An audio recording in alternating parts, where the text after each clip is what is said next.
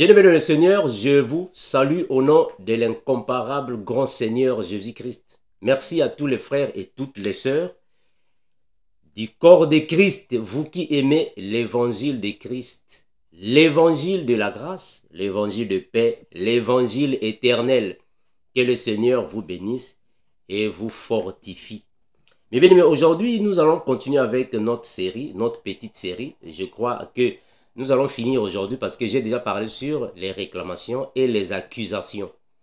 Donc, dans cette deuxième partie, je vais alors finir avec les liens de famille et les condamnations. On va les expliquer bibliquement, mais aussi, mes frères, si le temps nous nous soit encore donné, je vais essayer aussi de vous donner quelques expériences personnelles dans le but de vous édifier, de vous fortifier. Mais bien aimé, on va prier avant de commencer. Incomparable Seigneur, nous te remercions infiniment, toi qui es Dieu, créateur de toutes choses. Merci Seigneur Jésus-Christ, parce que tu es l'unique, incomparable, grand Dieu. Merci pour toutes choses, toi qui es avec mes frères et mes sœurs partout là où ils sont, Père, pour augmenter l'intelligence, sagesse et discernement. Nous te remercions infiniment, Seigneur Jésus, parce qu'il n'y a que toi qui nous met dans la bouche les paroles afin que l'Église soit édifiée et les saints soient perfectionnés. En toi seul, Père éternel, revienne la gloire, le règne, louange, adoration d'éternité en éternité, nous disons Amen. Mais bien aimé, dernièrement, j'ai parlé sur les réclamations. On a expliqué bibliquement que signifiaient les réclamations, ainsi que les accusations. Bibliquement, on les a expliquées. Aujourd'hui, je vais terminer avec les condamnations ainsi que les liens de famille. Mais bien aimé, on va commencer alors de lire la Bible afin que nous puissions tous marcher ensemble. Mais bien aimé, comme le frère Armando a toujours dit, la toute première des choses à faire, vos Bibles à la main, afin que nous puissions tous lire ensemble, parce que vous n'êtes pas obligés de dire Amen, Amen à tout ce que le frère Armando dit. Et aussi à la maison, vos Bibles, afin que nous puissions partager le pain spirituel. Voilà, ça c'est le véritable pain. Ça, c'est la véritable nourriture, l'épée. Ça, c'est la véritable eau pure. Mais bien aimé, dernièrement, j'avais dit que les réclamations, ce sont des déclarations, des paroles qui sont alors prononcées au cours des accusations. On avait déjà expliqué ça, je ne vais pas faire la répétition. Et aujourd'hui, on va parler des condamnations et les liens de famille. Mes frères, il faut d'abord comprendre, mes bien-aimés, que Satan n'a rien créé. Ici sur la terre, c'est-à-dire que d'une manière naturelle, Satan, lui, il ne fait qu'imiter le Seigneur. Satan imite le Seigneur. Donc, c'est le Seigneur qui, premièrement, a fait les choses. Et Satan ne fait que copier ce que le Seigneur a fait. Parce que c'est le Seigneur qui a commencé avec les liens de famille. C'est le Seigneur aussi qui a commencé avec les condamnations. Parce qu'il faut comprendre que pour le Seigneur, les condamnations étaient par rapport à la loi de Moïse. Donc, condamner là-bas était exécuter une personne qui a désobéi à une loi donnée. Donner la sentence, c'est la condamnation. Donc, on va d'abord commencer avec ça afin que nous puissions alors comprendre ce que je suis ici en train de dire. Mais bien aimés, nous sommes dans Exode. Prenez vos Bibles afin que nous puissions tous marcher ensemble. Prenons Exode chapitre 22. Regardez. Exode chapitre 22. Nous sommes dans les condamnations par rapport à la Bible. Puis on va expliquer par rapport au monde satanique. Les condamnations, c'était quoi? Ou soit ça signifie quoi? Exode chapitre 22.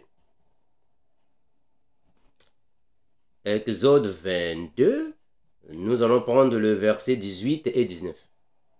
Exode 22, 18 à 19. La Bible déclare ainsi: Tu ne laisseras point vivre la magicienne. Le verset 19. Quiconque couche avec une bête sera puni de mort. Ça, c'est Dieu qui donnait alors ses lois à Moïse afin de les prescrire aux enfants d'Israël. Ça, ce sont les condamnations. C'est-à-dire que une condamnation signifie une sentence donnée à une personne qui désobéit à une loi. Comme je venais de dire ici, quiconque couche avec une bête sera puni de mort. Donc, celui ou celle qui va coucher avec une bête, il faut le ou la tuer. Donc, le fait de tuer la personne, c'est la condamnation. C'est la sentence qui est tombée. Est-ce que vous voyez ça? Ça, c'est par rapport à Dieu. Le verset 18 dit ainsi: Tu ne laisseras point vivre la magicienne. C'est-à-dire que si dans votre famille, dans votre entourage, je veux dire, s'il y a une magicienne, pas seulement la magicienne, il y en a plusieurs. Ici, je donne seulement quelques versets bibliques. Il fallait les tuer, les lapider. Parce que c'était la condamnation que Dieu avait déjà prononcée contre ces personnes qui vont alors désobéir. Donc, une condamnation, c'est une parole, une déclaration autoritaire contre toute personne qui désobéit à une loi établie. Ça, c'est la condamnation. Maintenant, pour le diable, Satan, lui aussi dans son royaume, il y a des condamnations. Pour Satan, dans son royaume aussi, il y a des condamnations. Parce qu'il ne fait qu'imiter Dieu. C'est un imitateur. Je vais prendre alors un autre passage afin que vous puissiez mieux me saisir. Nous sommes dans Lévitique. Regardez ici, je donne les condamnations par rapport à Dieu. Mais il y a aussi des condamnations par rapport à Satan. C'est-à-dire que le monde des ténèbres. Après, je vais expliquer comment est-ce que ces condamnations vont alors détruire les vies des personnes. Lévitique. Je prends Lévitique, le chapitre 20. Mais bien aimé, je vais aller doucement comme d'habitude afin que vous puissiez mieux me saisir. Lévitique chapitre 20, on va prendre le verset 6. Lévitique 26. Si quelqu'un s'adresse aux morts et aux esprits pour se prostituer après eux, je tournerai ma face contre cet homme, je le retrancherai du milieu de son peuple. Est-ce que vous voyez ça? En d'autres termes, si quelqu'un pratique la nécromancie, parce que ici, s'adresser aux morts, ou soit consulter les morts ou les esprits, s'appelle la nécromancie. Donc, si quelqu'un s'adresse aux morts, alors il fallait donner sa sentence. Il fallait le lapider à mort. Ça, c'est la condamnation. Est-ce que vous voyez ça? Ça, c'est la condamnation. Donc, ça, ce sont les condamnations par rapport à la loi de Moïse. Les condamnations, c'est-à-dire les sentences, les exécutions, les déclarations faites contre toute personne qui va désobéir par rapport à cette loi établie. La personne doit être condamnée. Ça, c'est par rapport à la Bible. Je vais prendre un autre passage, soit je continue, je prends le verset 9. Je suis toujours dans Lévitique chapitre 20, le verset 9. La Bible dit ainsi. Si un homme quelconque maudit son père ou sa mère, il sera puni de mort. Donc ça, c'est la condamnation. Il faut le tuer, en d'autres termes. Être puni de mort signifie il faut le tuer. Or, le tuer signifie la condamnation. Est-ce que vous voyez ça, mes frères? Ça, c'est la condamnation. Il a maudit son père ou sa mère, son sang retombera sur lui. Donc, on peut le tuer, cela n'est pas un péché. Parce que c'est une loi qui est donnée. Ça, c'est au temps de Moïse. Attention, je vais bien préciser ça. Ici, nous sommes au temps de Moïse. Parce qu'il faut comprendre que nous sommes dans le ministère de l'Esprit. Mais au temps de Moïse, c'était le ministère de la condamnation. Est-ce que vous voyez ce passage biblique? Le temps de Moïse, c'était le ministère de la condamnation. Parce que c'est Dieu qui a commencé avec la condamnation. C'est Dieu. Et Satan a copié Dieu. Ça va. Vous allez comprendre jusqu'à quand ces actes maléfiques de condamnation vont pénétrer dans les familles. C'est alors que ça va engendrer les liens de famille. Mais bien aimé, vous me cessez. Mes excuses. Alors, on va continuer. Je vais prendre le verset 11. Regardez. Le verset 11 dit ainsi. Si un homme couche avec la femme de son père et découvre ainsi la nudité de son père, cet homme et cette femme seront punis de mort. Un homme qui couche avec la femme de son père, il faut tuer les deux, et la femme et l'homme. Ça, c'est la condamnation. Est-ce que vous voyez ça? Il faut les exécuter. Il y en a plusieurs, mes frères, je ne vais pas tout prendre, je vous donne seulement un flash, afin que vous puissiez continuer de lire si vous voulez. Vous pouvez continuer. Regardez ici, je prends le verset 17. Si un homme prend sa sœur, fille de son père ou fille de sa mère, s'il voit sa nudité et qu'elle voit la sienne, c'est une infamie. Ils seront retranchés sous les yeux des enfants de leur peuple. Il a découvert la nudité de sa sœur, il portera la peine de son péché. Donc, mes frères, il faut comprendre que les condamnations ont commencé avec notre Dieu, le Créateur Jésus-Christ. Christ, c'est lui qui a commencé avec les condamnations. Mais quand il est venu en chair, c'est-à-dire que c'est lui-même le Christ, quand il va prendre la chair humaine, alors il vient pour effacer les condamnations pour ses enfants. Voilà pourquoi nous sommes dans Romains 8, 1. Romains chapitre 8, le verset 1er. Regardez. Romains 8, le verset 1er. La Bible déclare ainsi. Romains 8, 1. Il dit ainsi. Il n'y a donc maintenant aucune condamnation pour ceux qui sont en Jésus-Christ. En effet, le verset 2, la loi de l'esprit de vie en Jésus-Christ m'a affranchi de la loi du péché et de la mort. Donc, vous pouvez continuer la lecture. Ici, la Bible nous convainc que Jésus, quand il vient, il a effacé toutes ces condamnations parce que nous sommes affranchis. On va prendre en fait un autre passage afin que nous comprenions. Je vais chercher ça. Afin que nous comprenions ce que Jésus-Christ a fait. Je vais prendre un passage biblique afin que nous puissions comprendre ce que je suis ici en train de dire. Je suis dans Colossiens chapitre 2, le verset 14. Regardez. Colossiens 2, 14, la Bible dit ainsi. Il a effacé, il ici c'est le Seigneur Jésus, Christ, a effacé l'acte dont les ordonnances nous condamner. C'est quoi les ordonnances ici? Les ordonnances, c'est ce que je venais de lire dans Moïse.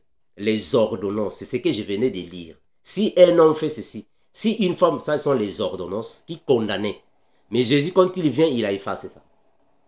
Les ordonnances qui nous condamnaient et qui subsistaient contre nous, et il l'a détruit en les clouant à la croix. Mes frères, en peu de mots, je venais ici de vous donner une lumière par rapport aux condamnations vis-à-vis de la parole du Seigneur. Ça, ce sont les condamnations par rapport à la loi de Dieu. Jésus, quand tu viens à lui, il efface ça. Tu deviens libre, affranchi en Christ. Mais attention, dans le monde satanique, il y a aussi des condamnations. Parce que Satan ne fait qu'imiter ce que Dieu fait. Donc, dans le monde satanique aussi, il y a ce qu'on appelle par les condamnations. Là-bas, les condamnations, c'est toutefois quand le diable possède les personnes, les démons possèdent les personnes pour leur faire du mal, comme ils veulent, selon leurs désirs. Et il y a des condamnations aussi. Dans le monde des ténèbres, il y a des condamnations. Les condamnations, c'est ce que je venais vous dire. C'est-à-dire que toute personne qui désobéit à une loi donnée, il y a condamnation. Est-ce que vous voyez ça? Voilà, donc je vais évoluer afin que vous puissiez mieux me comprendre. Mes frères, je vous ai dit que je vais essayer aussi de vous donner quelques expériences personnelles afin de vous aider. Parce que la Bible dit que nous pouvons venir vers vous, l'Église, par une révélation, une parole de connaissance, par prophétie et par la doctrine. Donc, je vais vous partager une connaissance, une expérience personnelle par rapport à la condamnation. Mes frères, j'espère que plusieurs parmi vous viennent de familles là où peut-être il y a eu de mysticisme, je comprends. Mais je vais vous donner, en fait, juste un petit témoignage. Vous savez, mes frères, moi, bon, je donne mon cas, ma situation, parce que je me connais. Vous aussi, vous avez vos situations. Chacun de nous a sa situation. Mes frères, en fait, chacun de nous a son témoignage. Je suis né dans une famille dont mon grand-père s'appelait Bungu. Monsieur Bungu. Et Monsieur Bungu, qui était mon grand-père, chaque fois quand sa femme, qui est ma grand-mère, chaque fois quand elle mettait au monde, l'enfant atteignait un certain âge, pouf, l'enfant mourait. Quand elle met au monde, l'enfant atteignait un certain âge, pouf, l'enfant est parti. L'enfant atteignait un certain âge, pouf, l'enfant est parti. Donc, tous les enfants de ma grand-mère atteignaient un certain âge, pouf, mort. Un certain âge, pouf, mort. Un certain âge, pouf, mort, sont partis. Ça, mes frères, on appelle ça dans le monde des ténèbres. Dans le monde satanique, diabolique, les condamnations. C'est-à-dire qu'il y a eu quelqu'un dans la famille qui était assurément en contact avec le monde satanique, qui a désobéi et les condamnations poursuivent la personne. C'est-à-dire que dès que ma grand-mère va mettre au monde un enfant, l'enfant va bien sortir, va bien grandir, mais arrivé à un certain âge, pouf, l'enfant meurt. Et avec tous les enfants de ma grand-mère, c'était la même chose, la condamnation. Est-ce que vous comprenez? La condamnation. Ça se trouve dans plusieurs familles. Il ne faut jamais dire que non, frère Mando, mais peut-être c'est un problème médical. Peut-être c'est un problème... Mes frères, le problème médical est autre. Il y a aussi un problème spirituel. Parce qu'il faut savoir qu'il y a des maladies invisibles. Hein, mes frères, je vais arriver. Il y a des maladies invisibles. On peut t'amener à l'hôpital, on ne voit rien. Ces maladies-là, ce ne sont pas maladies pour rien. Il y a des condamnations. Je vais arriver. Alors ma grand-mère, chaque fois quand elle mettait un enfant au monde, pouf, l'enfant partait. Elle met l'enfant au monde, l'enfant partait. Ah, l'enfant. Alors mon grand-père a cherché de savoir ce qui s'est passé. Et effectivement, on l'avait dit que ce sont les sorciers de la famille qui étaient en train de manipuler alors ces enfants. Qui étaient en train alors de faire passer ces enfants dans le monde des ténèbres. Donc c'était des condamnations que dans le monde des ténèbres avaient déjà été données contre la famille Bungu, qui est mon grand-père. Mais donc, retenez une chose. Quand mon grand-père a cherché de savoir ce qui s'est passé, on l'a informé à mon grand-père, il était au courant. Et mon grand-père s'est dit que je ne veux plus mettre au monde, c'est fini. Parce que tous mes enfants que je veux mettre au monde, on va les bouffer. Malheureusement, il était, en fait, il n'avait pas, en fait, l'esprit, bon, il n'avait pas le Seigneur. Il était dans le monde, c'était quelqu'un qui était païen. Il est dans le monde, il ne connaît rien.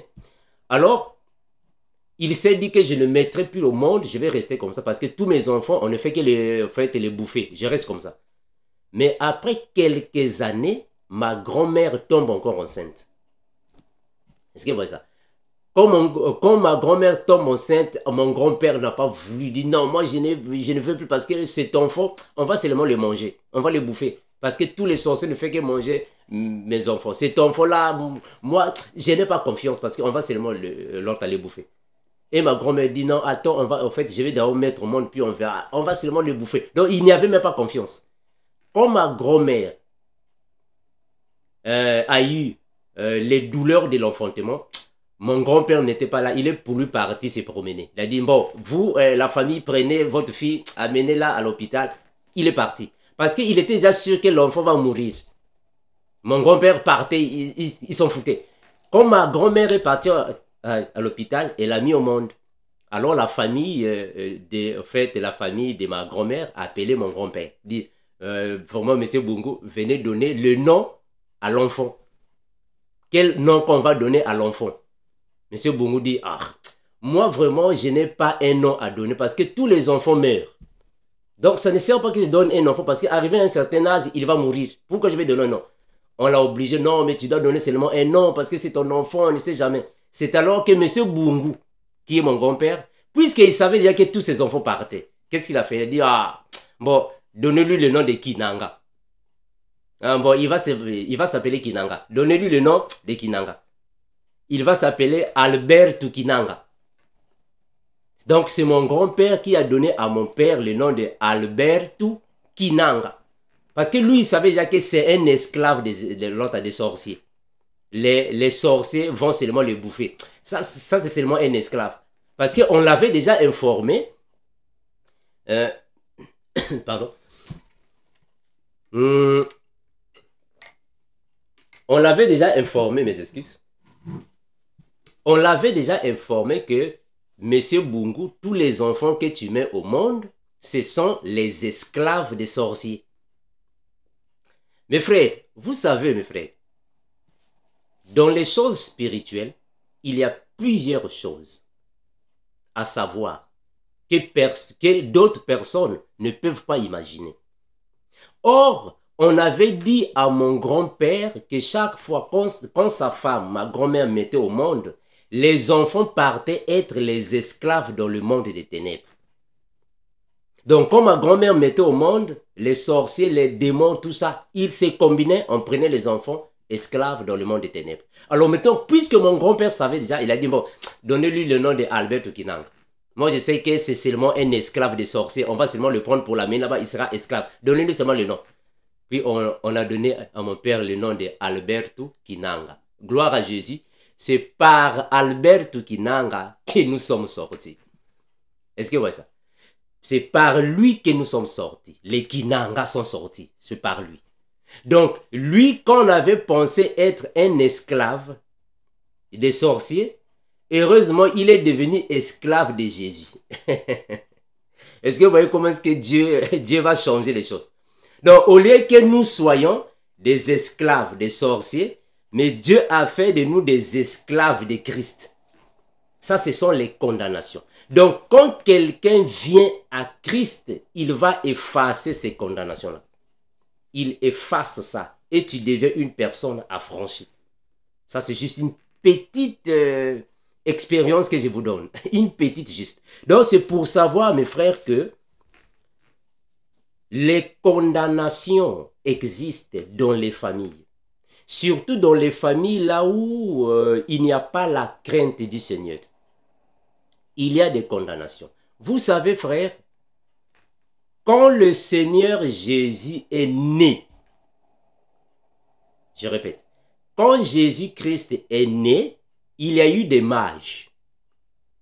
Des mages qui ont vu l'étoile de Jésus. Oh, ils ont vu, non, l'étoile. Qu'est-ce qu'ils ont fait? Ils ont commencé de suivre l'étoile jusqu'à ce que là où se trouvait l'enfant. Ah, vraiment, mes frères, ça doit alors vous rappeler plusieurs choses. Voilà pourquoi il y a plusieurs personnes qui vivent en Afrique. Tu vis en Afrique, comme dans ta famille, il y a beaucoup de sorciers, alors tu vas fuir l'Afrique pour aller en Europe. Tu vas te cacher en Europe, tu vas te dire non, moi je suis venu ici en Europe, je suis en sécurité. En Afrique, là-bas, il y avait trop de sorciers, voilà pourquoi j'ai fui. Mon frère, tu passes ton temps pour rien. Ah, mes frères, tu passes ton temps pour rien. Les sorciers, on ne peut pas les fuir. Parce qu'ils voient ton étoile. Ton étoile est là. Et ils voient ton étoile. Tu ne peux pas les fuir. Donc, il ne faut jamais te dire que non, frère Armando, moi je suis dans le Seigneur, toute chose est couverte, je suis invisible. Non, frère, il ne faut pas dire ça. Jésus, quand il est né, son étoile n'était pas visible. On voyait ça. Les mages voyaient l'étoile de Jésus. Donc toi aussi, les sorciers peuvent voir ton étoile. On va te suivre. Si tu n'as pas Jésus-Christ dans ta vie, mes frères, celui qui n'a pas la parole de Christ dans sa vie et marche avec la parole de Christ, si tu n'as pas la protection de Jésus dans ta vie, tu peux aller dormir chez le magicien le plus puissant du monde. Tu passes ton temps pour rien. Tu peux aller chez le marabout le plus puissant du monde. Il n'y a que Jésus qui peut te protéger. Donc, dans plusieurs familles, il y a des condamnations. Mais si tu n'as pas Christ dans ta vie, mes frères, tout ce que tu feras sera seulement échec sur échec. Mes frères, vous savez, moi, votre frère Armando, je donne encore un autre témoignage. Bon, pour ne pas dire que frère Armando, tu ne fais que parler de toi. Moi aussi, je parle de moi parce que ce sont des choses que j'ai vécues. Bon, vous aussi, vous pouvez parler de vous parce que ce sont vos témoignages. Voilà pourquoi je loue le Seigneur pour toutes choses. Moi, qui allais être un esclave des sorciers, mais je suis un esclave de Christ. Donc, je ne peux que témoigner Jésus. C'est lui qui m'a sauvé. C'est lui qui m'a libéré dans toutes ces choses. Il m'a délivré dans tout ça. Mes frères, en 2015, quand je suis venu ici aux États-Unis, je vous avais déjà donné mon témoignage. J'espère que vous connaissez mon témoignage. J'ai eu une maladie invisible. J'étais paralysé en 2015. J'étais paralysé. Une maladie invisible. Personne ne voyait cette maladie. Mais j'étais souffrant. Je suis passé par 4 médecins américains. Ils n'ont rien vu. Je suis parti dans les cliniques modernes ici. Ils m'ont fait passer par des appareils modernes ici. Aucune maladie détectée. Mais je suis souffrant et paralysé. Mes frères, voilà pourquoi on vous a toujours dit. Il y a des choses spirituelles, si vous ne connaissez pas ça, il faut éviter de parler, le fait d'en parler. Donc j'étais invisiblement malade. Les médecins ne voyaient pas la maladie. Je suis même pas parti dans 2 cliniques parce que j'étais parti dans 4 cliniques. Et il y a 2 cliniques dont les médecins m'ont dit « Ah, mais on ne comprend pas. Nous sommes en train de te faire passer par ces appareils. Ce sont les appareils de la dernière génération. les appareils classiques. Il n'y a que les États-Unis qui possèdent ces appareils. Il n'y a que les ingénieurs américains qui ont confectionné ces appareils. Ça se trouve dans aucun pays du monde. Mais ta maladie négative, on ne voit pas la maladie. Mais entre-temps, je suis paralysé, souffrant. Maladie invisible. Mes frères, il y a des condamnations. Il y a des condamnations dans le monde des ténèbres. Personne ne voit cette maladie, mais j'étais souffrant. Mais puisque j'étais déjà un serviteur de Dieu en Afrique, bien que j'étais tombé, en moi, j'étais déjà convaincu que ça, ça vient de là. C'est lui qui est tenté de faire ça. Moi, je savais.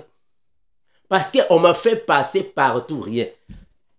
Quand les médecins se sont fatigués, qu'est-ce qu'ils ont fait? Ils m'ont amené aux médecins des vétérans de guerre. Bon, j'espère que j'avais déjà parlé de mon témoignage, vous savez ça. Les vétérans de guerre ont un médecin spécialiste. On m'a amené là-bas. C'est seulement pour les militaires, hein, les vétérans de guerre. On m'a amené là-bas, on m'a dit, mais toi tu es civil, on ne peut pas te prendre. Bon, juste, c'était en fait une demande des médecins de la ville où je suis pour que je sois suivi. Je suis parti là-bas, zéro. Négatif. Négatif. Mes frères, mais quand je suis revenu à la maison, je suis entré à la maison, je suis parti tomber sur mon fauteuil et j'ai commencé de verser des larmes. C'est alors que j'ai commencé de verser des larmes, demander pardon au Seigneur. Frère, à la minute, la maladie est partie, s'est dissipée. La maladie s'est dissipée à la minute.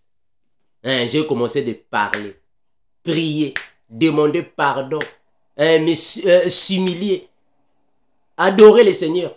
Toute la maladie est partie. Depuis 2015 jusqu'à aujourd'hui, intacte. Donc, quand tu viens à Christ, il va te guérir extérieurement et intérieurement. Parce qu'il y a des condamnations qui sont là. Mes frères, donc ça, ce sont des condamnations. Ça existe dans plusieurs familles. Mais il faut avoir Christ.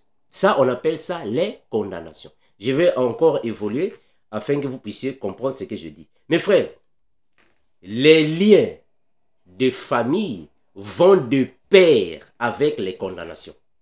Est-ce que vous voyez ça? Je vais répéter ça. C'est-à-dire que les liens de famille vont de pair avec les condamnations. Là où il y a des liens de famille, les condamnations poursuivent. Parce qu'elles vont de pair. Ou ils vont de pair, si vous voulez.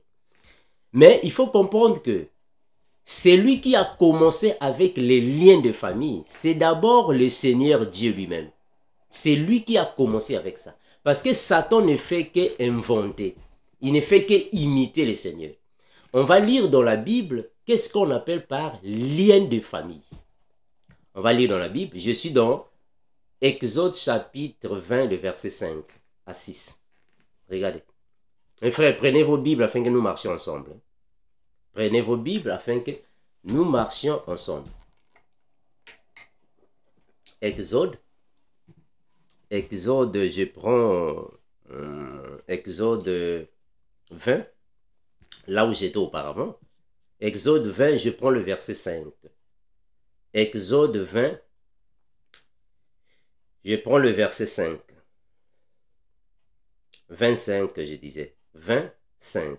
Écoutez ce que la Bible dit. Exode 25. La Bible dit ainsi. Tu ne te prosterneras point devant elle. Elle quoi? Les images. Les images taillées. Et tu ne les serviras point. Car moi, l'Éternel, ton Dieu, je suis un Dieu jaloux qui punit l'iniquité des pères sur les enfants jusqu'à la 3e et la 4e génération de ceux qui me haïssent. Mes frères, est-ce que vous voyez ce qu'il est tenté de dire ici? Il punit l'iniquité des pères sur les enfants. Ça, on appelle ça lien. de génération en génération, lien, cette punition-là. C'est-à-dire que s'il y avait dans une famille un grand-père, bon, dans le sens satanique, bon, je ne vais pas vous faire des confusions, je vais d'abord finir, en fait, je vais d'abord finir avec le sens de Dieu et le sens de Satan, les deux, je vais séparer ça. Je continue le verset 6. Et qu'il fasse, pardon, et qui fait miséricorde jusqu'en 1000 générations à ceux qui m'aiment et qui gardent mes commandements. Donc ici, il est en train de dire qu'il punit l'iniquité des pères sur les enfants jusqu'à la 3e et la 4e génération. Vous savez, il y a combien de familles qui sont dans la 3e et 4e génération? C'est-à-dire que ça va de famille en famille. Je vais lire un autre passage. Nombre 14, regardez. Nombre chapitre 14, le verset 18. Nombre 14, 18. Nombre 14, 18. La Bible déclare ainsi. Ou soit prenons, voilà. Je prends Nombre 14, 18. Eh bien aimés, ayez vos Bibles à la maison, hein, mes frères, afin que nous puissions tous lire ensemble et avoir une idée. Voilà, ne restez pas seulement là pour m'écouter, mais ayez aussi vos Bibles. Cela aussi va vous faciliter aussi de parcourir la Bible. Nombre 14, 18. La Bible va déclarer ainsi. Voilà, la Bible déclare ainsi. L'Éternel est lent à la colère et riche en bonté. Il pardonne l'iniquité et la rébellion, mais il ne tient point le coupable pour innocent. Et il punit l'iniquité des pères sur les enfants jusqu'à la 3e et la 4e génération. Mais frère, il faut comprendre d'abord une chose, parce qu'on va aller d'étape en étape, hein, pour ne pas vous créer des confusions. C'est-à-dire que dans la loi de Moïse, dans une première phase, le Seigneur avait déjà dit qu'il punit les pères, l'iniquité des pères sur les enfants, de génération en génération. C'est-à-dire que c'est une punition héréditaire. Est-ce que vous voyez ça? Une punition héréditaire. En d'autres termes, une condamnation héréditaire des pères sur les enfants. On appelle ça une chaîne. C'est-à-dire que c'est une chaîne de famille en famille, des pères vers les enfants, de génération en génération. Alors cette chaîne-là, c'est un lien. C'est un lien de famille qui va de génération en génération. C'est ce que Dieu dira. Mais on va comprendre que quand quelqu'un vient au Seigneur, en accord avec 2 Chroniques 7, 14. Je vais lire ça, regardez. 2 Chroniques 7, 14. 2 Chroniques 7, 14. 2 Chroniques chapitre 7, le verset 14. La Bible déclare ainsi. Si mon peuple sur qui est invoqué mon nom s'humilie et prie et cherche ma face, et s'il se détourne de ses mauvaises voies, je l'exaucerai des cieux, je lui pardonnerai son péché et je guérirai son pays. Donc, quand Dieu, alors, il était en train de donner les déclarations de malédiction de père sur les fils, mais s'il y a quelqu'un qui va s'humilier, qui va demander pardon, se repentir, le Seigneur va alors pardonner cette personne-là. En d'autres termes, il va le délier du lien. Il est pardonné. Donc, cette condamnation ne va plus alors s'abattre sur cette personne-là. Parce que la personne s'est humiliée, a demandé pardon, abandonne le mal. Est-ce que vous voyez ça? Je vais prendre un autre passage afin que vous puissiez mieux me saisir. Je vais prendre un passage afin que vous me saisissiez mieux. Regardez, nous sommes dans Ézéchiel. Ézéchiel 18, 20. Ézéchiel 18, 20. Ézéchiel chapitre 18, le verset 20. La Bible dit ainsi. L'âme qui pêche, c'est celle qui mourra.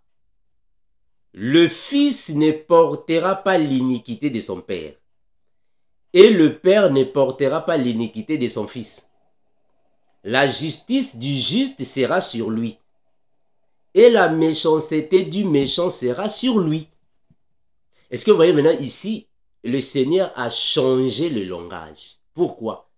Mais parce que quand il a prononcé ces paroles, il punit l'iniquité des pères sur les fils, de la 3e à la 4e génération.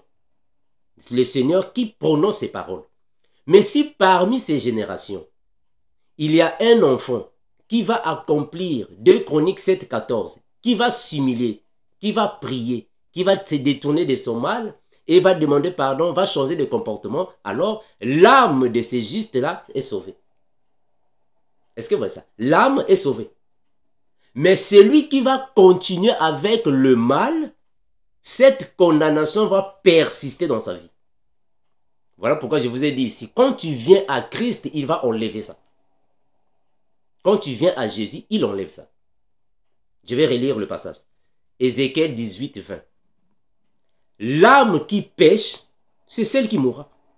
C'est-à-dire que si mon père à moi, était un sorcier, mon père était un magicien, un marabout, un pécheur, et que je viens au monde, le jour où je vais accomplir 2 Chroniques 7, 14, je vais m'humilier, prier le Seigneur, me détourner du mal, demander pardon, me repentir en un mot, alors le mal de mon père ne peut pas tomber sur moi. Non, parce que je ne suis pas coupable de son iniquité. Je suis alors affranchi. Est-ce que vous voyez ça? Je suis affranchi. Est-ce que vous comprenez le sens? Je prends un autre verset. Je prends Jérémie. Regarde. Jérémie. Je prends Jérémie. Chapitre 31. Le verset 29 à 34. Jérémie 31. Regardez. Jérémie chapitre 31, 29 à 34. La Bible dit ainsi. 29 à 34, la Bible déclare ainsi. En ces jours-là, on ne dira plus les pères ont mangé des raisins verts et les dents des enfants ont été agacés. Voici les jours viennent, dit l'Éternel, où je ferai avec la maison d'Israël et la maison de Juda une alliance nouvelle. Non comme l'alliance que j'ai traitée avec leur père le jour où j'ai saisi par la main pour les faire sortir du pays d'Égypte, alliance qu'ils ont violée. Donc le Seigneur, après, il va changer les choses par rapport à ce qu'il avait dit auparavant. Donc, ça c'est dans le sens de Dieu qui fait les choses de cette manière. Voilà pourquoi je parlais de Romains 8, 1. Il efface ça parce que tu viens à Jésus, il va effacer ça. Mais dans mes frères, ça c'est dans le sens de la parole. Mais il faut retenir que dans le monde des ténèbres, c'est-à-dire que pour Satan, qui est imitateur, lui aussi, dans son monde, il y a aussi les liens de famille. Chez Satan aussi, il y a aussi les liens de famille. Mes frères, les liens de famille, c'est toutes les chaînes qui sont causées par nos aïeux, nos grands-pères qui étaient dans le spiritualisme. Parce qu'il faut comprendre, mes frères, que dans toutes les familles du monde, il y a toujours quelqu'un qui va se donner à Satan. Ça ne manque jamais. Il y a toujours quelqu'un qui va se détourner pour aller vers Satan. Et si cette personne-là a eu des contacts avec le diable, cette personne a fait des alliances avec Satan, cette personne était en contact avec le monde des ténèbres, mes frères, tout ce qu'il va signer là-bas, tous les accords qu'il aura avec Satan, tous les contrats qu'il va signer avec Satan, ça va retomber sur les générations futures. Même si la personne mourrait, mais ceux qui viendront vont subir les conséquences. Alors, il faut être dans le Seigneur.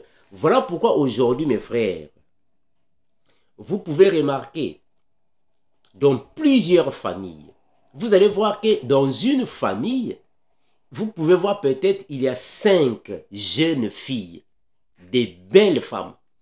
5 belles femmes dans une famille, mais aucune d'elles ne se marie. Aucune d'elles ne se marie. Elles sont toutes là célibataires chez les parents. Bon, mes frères, je vais préciser une chose. Je ne dis pas que dans tous les cas, c'est-à-dire que dans toutes les situations, ce sont les liens de famille. Non, c'est pas ça. C'est pas ce que j'ai dit ici. Vraiment, saisissez-moi bien parce que plusieurs parmi nous n'ont pas une bonne compréhension. Vous, parfois, vous ne nous saisissez pas bien. Je répète. Ce que je suis en train de dire ici n'est pas d'une manière catégorique. Cela n'est pas dans le sens de toutes les familles qui existent sur la terre. Non, c'est pas ça. Ça dépend des familles. Il y a des familles que ce sont des choses normales. Ce sont des choses que le Seigneur a programmées. Mais dans d'autres familles, ce sont les liens de famille. J'espère que vous me cessez. Donc, dans une famille, il y a 5 jeunes filles belles. C'est-à-dire que ce sont les belles femmes, mais elles ne se marient pas. Les 5 sont toujours célibataires chez papa et maman. Et vous allez constater qu'elles vont même commencer à mettre les enfants chez papa et maman. Elles sont 5 ou 6, moi je ne sais pas comment. Elles mettent des enfants chez papa et maman. Et même leurs enfants vont aussi commencer à mettre des enfants chez papa et maman. C'est-à-dire que les petits-fils vont commencer aussi à mettre les enfants chez leur grand-père. Personne ne peut se marier. Tout le monde est comme une eau stagnante. Tout le monde bloqué là-bas. Personne ne peut se marier. Des choses pareilles, mes frères. Je ne dis pas que c'est dans toutes les... Je répète ça, mes frères. Je répète parce que je connais mes frères et mes sœurs. Vous, parfois, il y a des choses que vous ne comprenez pas mieux. Je ne dis pas que dans toutes les familles du monde, ça se passe comme ça. Ce n'est pas ce que je dis. Je suis ici en train de prendre un cas particulier. Donc, vous pouvez voir des choses comme ça. Il y a même aussi les liens des familles. Vous allez voir que dans une famille de 5, 6 ou 7 personnes, personne n'arrive à l'université. Personne. Donc, une famille de 7 personnes. Une famille de 7 enfants. Mais personne n'arrive à l'université. Ils commencent à étudier. Dès qu'ils arrivent seulement à un niveau donné, fini. Personne ne va à l'université. Tout le monde s'arrête seulement niveau baccalauréat, avant baccalauréat, niveau secondaire, c'est fini. Personne ne va à l'université.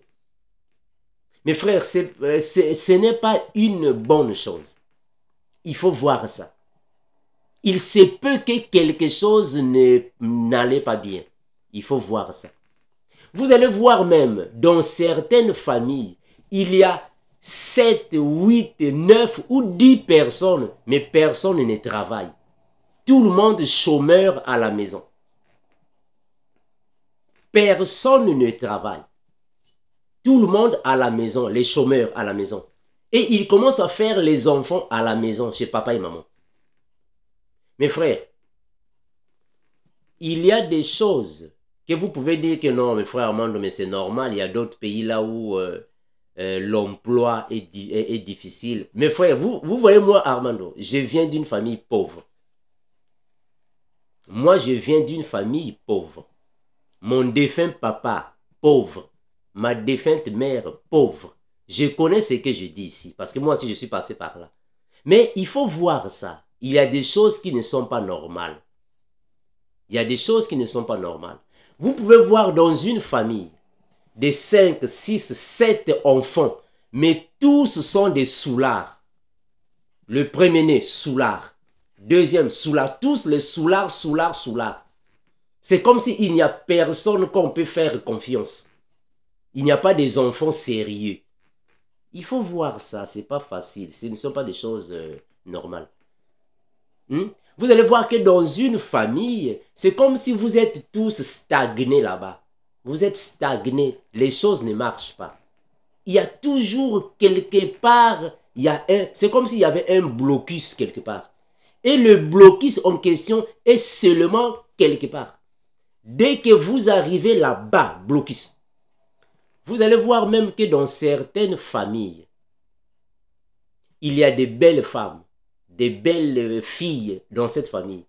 Mais une famille de 5 filles, la première s'est mariée, mais elle va chez son mari. 2 mois après, divorce, elle revient à la maison. L'autre aussi va se marier, elle va chez son mari. Même pas 3 mois après, divorce, elle revient à la maison.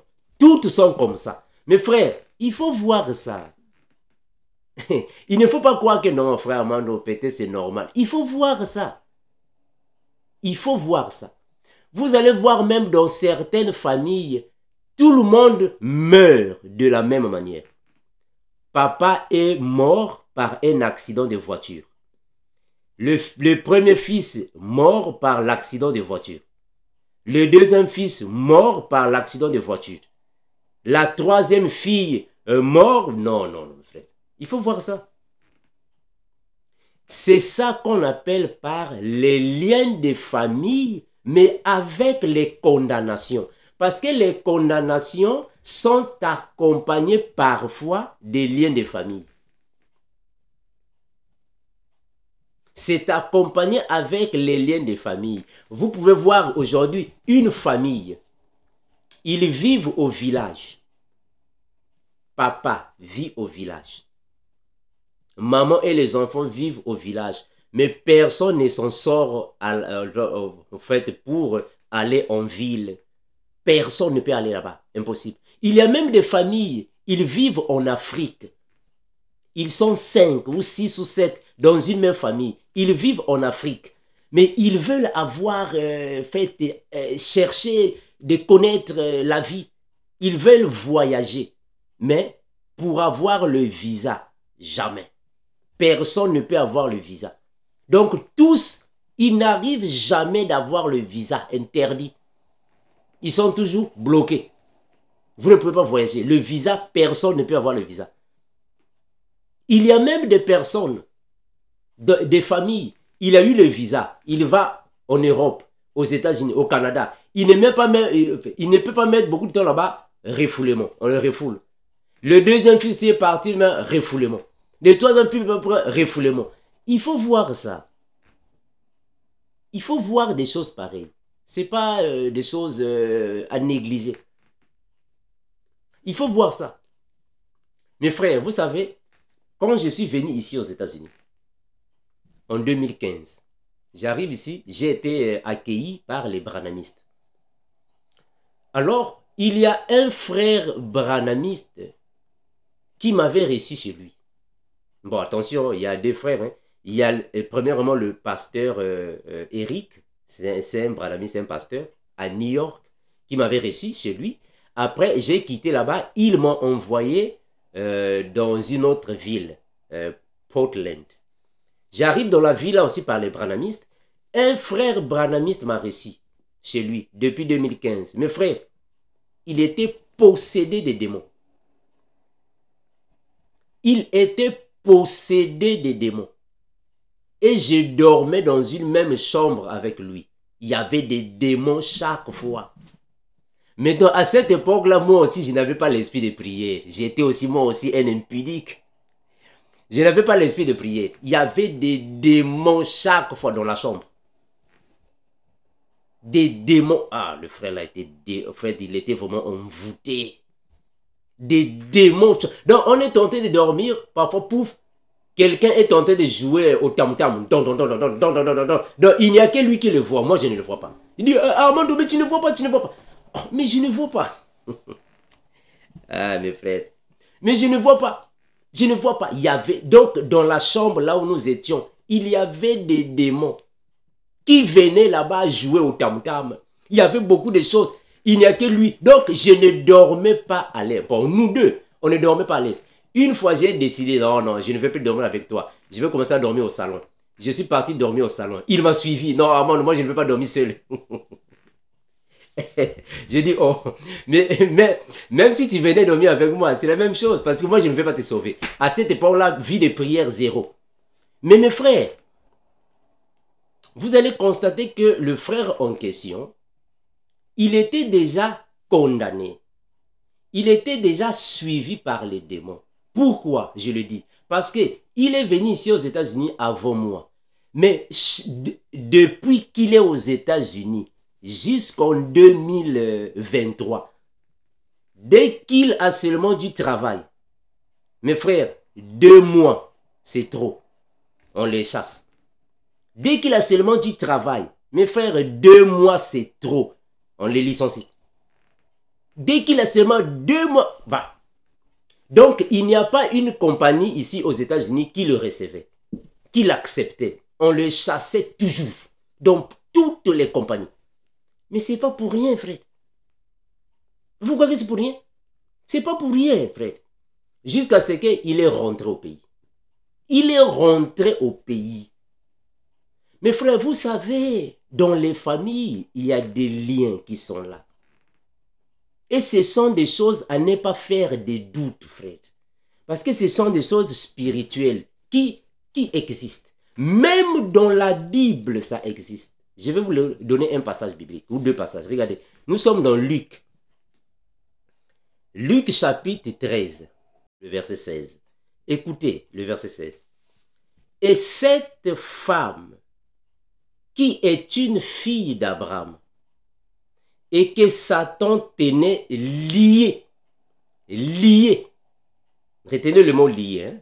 Le mot lié signifie qui est dans les liens. Lié signifie la personne est dans les liens. Elle est liée. Je vais continuer. Regardez. Lié depuis 18 ans. Ne fallait-il pas la délivrer de cette chaîne le jour du sabbat? Est-ce que vous voyez ça? C'est que le Seigneur dit là-bas. De cette chaîne. Relisez bien là-bas, vous allez voir ce qu'on dit. Hein? La délivrer de cette chaîne le jour du sabbat. De quelle chaîne Jésus est tenté de parler là-bas? Il fallait délivrer cette femme de la chaîne. Quelle chaîne? Mais la chaîne, c'est ça qu'on appelle le lien. C'est-à-dire que la chaîne, c'est le lien. C'est-à-dire que c'est une malédiction, c'est une condamnation qui quitte depuis le haut et descend. C'est ça qu'on appelle la chaîne. C'est comme une chaîne, c'est-à-dire que c'est un lien qui quitte des pères sur les filles.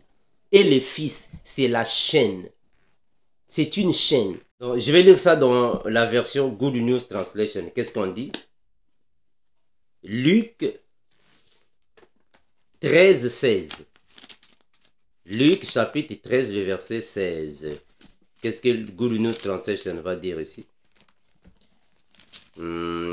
Juste pour comparer ce que nous sommes en train de lire. Et Luc 13, 16.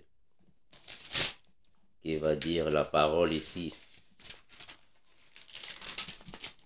13, 16. Et cette femme descendante d'Abraham, que Satan a tenue, liée pendant 18 ans, ne fallait-il pas la détacher de ses liens? Voilà, est-ce que vous voyez ça? Ici, c'est clair. Ne fallait-il pas la détacher de ses liens le jour du sabbat? Donc, c'était des liens. Voilà pourquoi je disais là-bas dans lui, en fait, dans Good News, on a dit liés. C'est-à-dire que c'était des liens. Et ici, dans Good News, dans Good News Translation, on nous dit il fallait la détacher de ses liens. C'était des liens. Mais dans Louis II, on dit ainsi. Et cette femme qui est une fille d'Abraham et que Satan tenait liée depuis 18 ans, ne fallait-il pas la délivrer de cette chaîne? Chaîne. Une chaîne signifie des liens. Est-ce que vous voyez ça? Donc, cette maladie n'était pas une maladie physique. C'était une maladie qui était par rapport aux liens. Or, les liens ici signifient tout simplement que c'est une condamnation qui avait été prononcée ou déclarée dans le monde des ténèbres et qui va passer de génération en génération. Mais quand elle est venue à Christ, elle est sauvée. Est-ce que vous voyez ça? Là, elle est sauvée. Mais attention, c'est elle qui est sauvée. Les liens là continuent. Mes frères, il faut comprendre une chose très importante. Une famille qui est envoûtée, une famille qui passe des moments difficiles dans la sorcellerie. Quand toi, tu viens prier, tu demandes à Christ, le Seigneur ne va pas libérer toute la famille, non. Non, frère. Le Seigneur ne va pas libérer toute la génération, non. Non. Il y a des personnes qui vont continuer avec les condamnations. Lui, il va libérer ses enfants. Le Seigneur va libérer premièrement toi et ceux qui peuvent recevoir la délivrance. Il ne va pas libérer toute la génération, non. Parce que dans toutes les familles du monde, il y a toujours ceux qui ont la sémence de Dieu et la sémence de Satan. Ça ne manque pas, un frère. Ça ne manque pas. Donc le Seigneur ne peut pas libérer, délivrer toute la génération. Très important. Très important. Regardez, je vais encore prendre un autre passage. Psaume 116. Psaume, chapitre 116. Je prends le verset 1 à 4. La Bible dit ainsi. J'aime l'Éternel, car il entend ma voix, mes supplications. Car il a penché son oreille vers moi, et je l'invoquerai toute ma vie. Le verset 3. Les liens de la mort m'avaient environné, et les angoisses du sépulcre m'avaient saisi. J'étais en proie à la détresse et à la douleur. Les liens de la mort. Mes frères, ça ce sont des choses qui dans les familles, plusieurs familles, ce sont des choses réelles. Ne voyez pas ça seulement dans le sens de la Bible. Ce sont des choses réelles. Il y a les liens de la mort qui proclament des condamnations dans les vies des personnes. Je prends le verset 4. Mais j'ai invoqué le nom de l'Éternel. Ô Éternel, sauve mon âme. L'Éternel est miséricordieux et juste. Notre Dieu est plein de compassion. Donc, quand tu appelles le Seigneur pour te délivrer de ces choses, il peut te délivrer. Parce qu'il faut comprendre qu'il y a des liens dans tout ça. Donc, mes bien-aimés, c'est pour vous dire que les liens de famille existent. Ce sont des choses qui existent dans les familles. Une famille ou une personne qui souffre d'une manière héréditaire, il faut vraiment se confier au Seigneur. Bien qu'il y a des choses que le Seigneur peut aussi permettre, ça c'est vrai.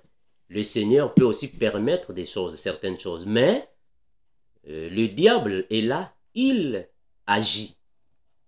Dans les familles, il y a des manifestations maléfiques, diaboliques, sataniques. Il faut vraiment en penser. Quand vous êtes dans une famille et que dans cette famille, il y a trop de malheurs, des malheurs sur malheurs. Il faut se remettre au Seigneur. Ça, c'est vrai. La Bible dit, le malheur atteint souvent le juste. Ça, c'est vrai. Mais quand le malheur est répétitif, quand la famille n'a pas de succès, quand une personne est toujours bloquée partout, le Seigneur aussi peut le faire. Ça, c'est vrai. Mais, mes frères, ce n'est pas dans, en fait, ce ne sont pas dans tous les cas. Il y a des personnes qui ont des malédictions dans la vie. Il y a des personnes maudites dans la vie. Il y a des personnes qui ont des liens. Que les choses ne marchent pas, n'évoluent pas. Il n'y a pas de succès, bloqué partout. Il faut se remettre au Seigneur afin que le Seigneur vous bénisse et vous fortifie. Parce que ce sont des choses qui arrivent de génération en génération dans les familles. Mais quand tu viens à Christ, il va effacer toutes ces choses-là.